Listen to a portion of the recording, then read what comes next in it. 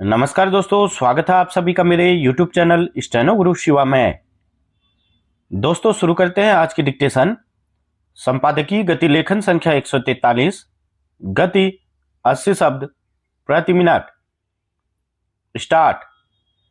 पिछले कुछ समय से अंतर्राष्ट्रीय स्तर पर जिस तरह के हालात बने हुए हैं उसमें ऐसा लगता है कि कई मोर्चों पर प्रतिद्वंदी देशों के बीच विवादित मुद्दों को सुलझाने के लिए संवाद के बजाय संघर्ष को ही आखिरी हल मान लिया गया है।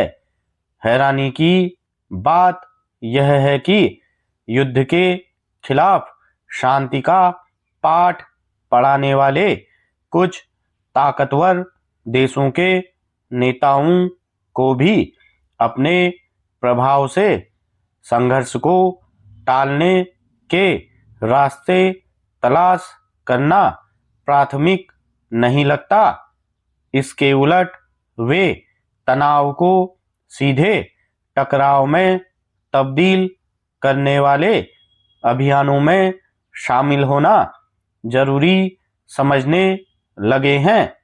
बीते कुछ महीनों से इजराइल और अमेरिका ने ईरान के खिलाफ जिस तरह का माहौल बनाना शुरू किया था उससे साफ था कि अगर विवाद के मूल बिंदुओं को केंद्र में रखकर अंतर्राष्ट्रीय मंचों की मध्यस्थता में बिना देरी किए संबंधित पक्षों के बीच वार्ता की गुंजाइश नहीं निकाली गई तो हालात को संभालना मुश्किल होगा। ऐसी स्थिति के बीच इजराइल और अमेरिका ने ईरान पर साझा हमला करके अपनी मंशा साफ कर दी। इजरायली हमले में ईरान के कई इलाकों में भारी नुकसान पहुंचा और सैकड़ों नागरिक मारे गए। जवाब के तौर पर ईरान ने भी अमेरिका और इजराइल के कई ठिकानों पर समान तीव्रता वाले हमले किए और कई जगहों पर व्यापक क्षति हुई। सवाल है कि इस युद्ध का उद्देश्य आखिर क्या है।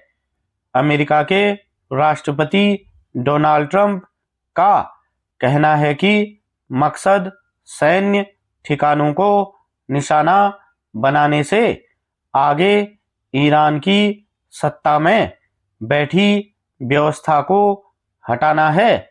यह समझना मुश्किल है कि अमेरिका एक ओर ईरान को परमाणु कार्यक्रम पर समझौते के लिए दबाव बनाता रहा है तो अब वह अपना उद्देश्य मौजूदा ईरानी सत्ता को खत्म करना बता रहा है।